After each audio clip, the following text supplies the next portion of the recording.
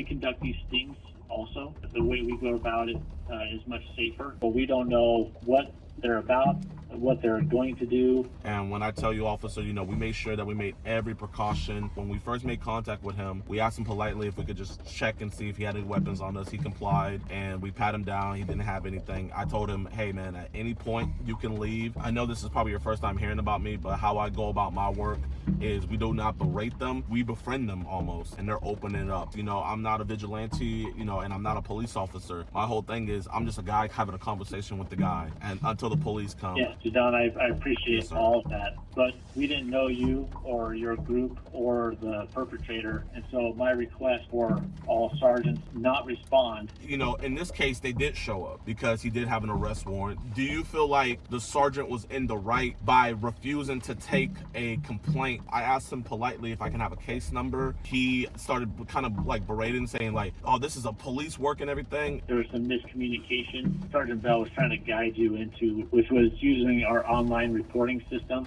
Not that we won't take the cases, but we're just not going to respond to a hasty situation where things are unpredictable. One or two of the cases that we had with People versus Predator was very risky, where we were drawing firearms. When I tell you this man was the most calmest, was the most unalerted, so I tried to come over to the police station, and then I'm told that I have to ID myself, and then everybody else that comes after me, no one had to ID themselves. That's not necessarily true, because I know that we ID people that come into the police department. Our clerks know that you're the main guy. And then your officer pushed me out of the building.